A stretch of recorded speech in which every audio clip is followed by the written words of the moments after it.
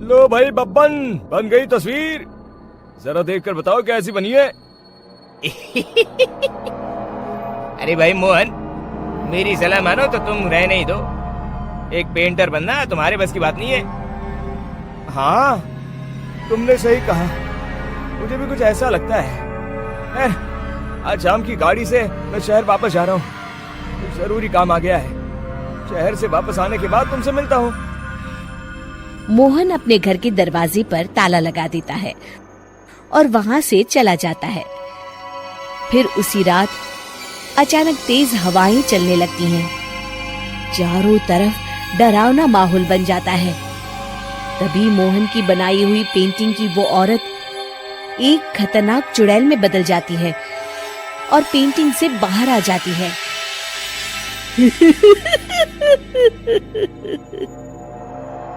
चुड़ैल घर के बाहर चली जाती है।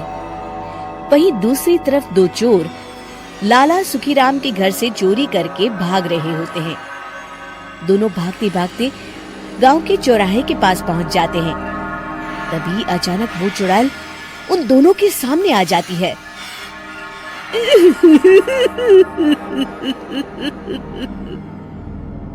अरे मर गया रे, ये चुड़ैल कहाँ से आ गई? अरे मैंने तो तुझसे पहले ही कहा था कि आज अमावस्या की रात है, आज हमें चोरी नहीं करनी चाहिए। हाँ भाई बिल्ला, तुमने बिल्कुल सही कहा। जरा इसके दांत तो देखो कितने बड़े हैं। चुड़ैल उन दोनों की तरफ बढ़ती है। अरे चुड़ैल दीदी, तुम चाहो तो ये सारे पैसे और जेवर ले लो, लेकिन हम दोनों को कुछ मत करना।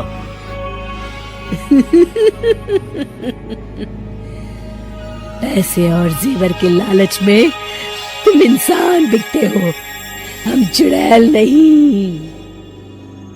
तभी चुड़ैल उन दोनों चोरों को पुतले बना देती है।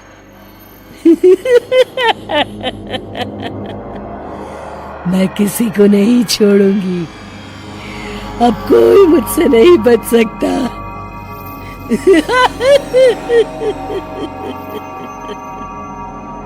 चुड़ैल अपने अगले शिकार की खोज में वहां से चली जाती है। गांव की दूसरी ओर जाने पर चुड़ैल को हरिया, बिरजू और बब्बन दिखाई देते हैं। आज संडे है, आज कपिल शर्मा शो देखने का दिन है। जोर से बोलो, आज संडे है। मैंने नहीं सुना। आज संडे है, आज कपिल शर्मा देखने का दिन है। ये हुई ना बात। अरे ये कपिल शर्मा कौन है जो ये लोग उसे देखने के लिए इतने उतावले हुए जा रहे हैं?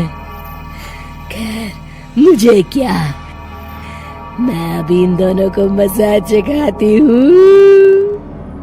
चुड़ैल तेजी से उड़कर उन तीनों के सामने आकर खड़ी हो जाती है।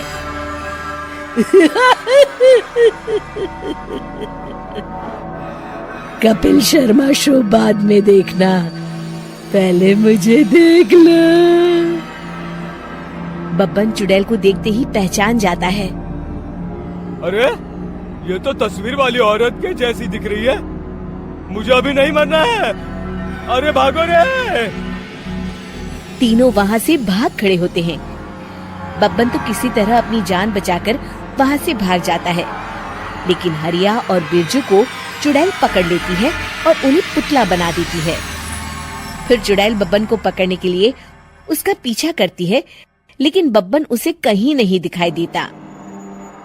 अरे वो मोटा तो बड़ा तेज भागता है, शायद उस तरफ गया होगा।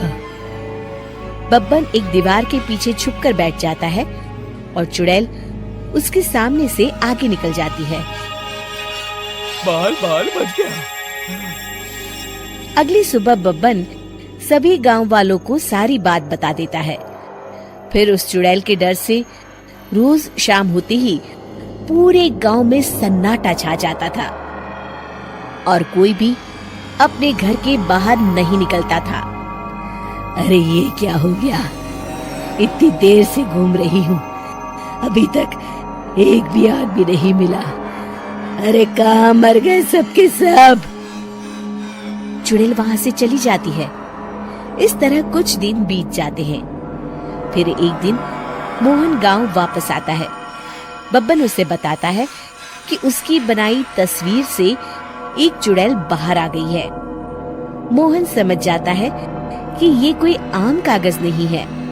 वो जो भी उस कागज पर बनाएगा वो असलियत का रूप ले लेगा। अरे मोहन भाई, अब तुम क्या करने वाले हो?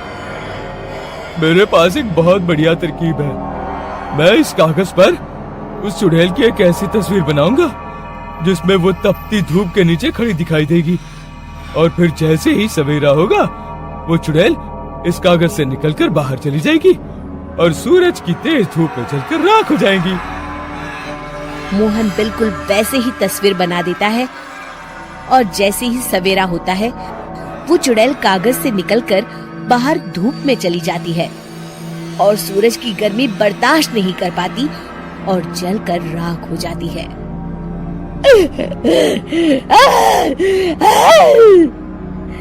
ये मुझे क्या हो रहा है? मैं सूरज की रोशनी बर्दाश्त नहीं कर सकती।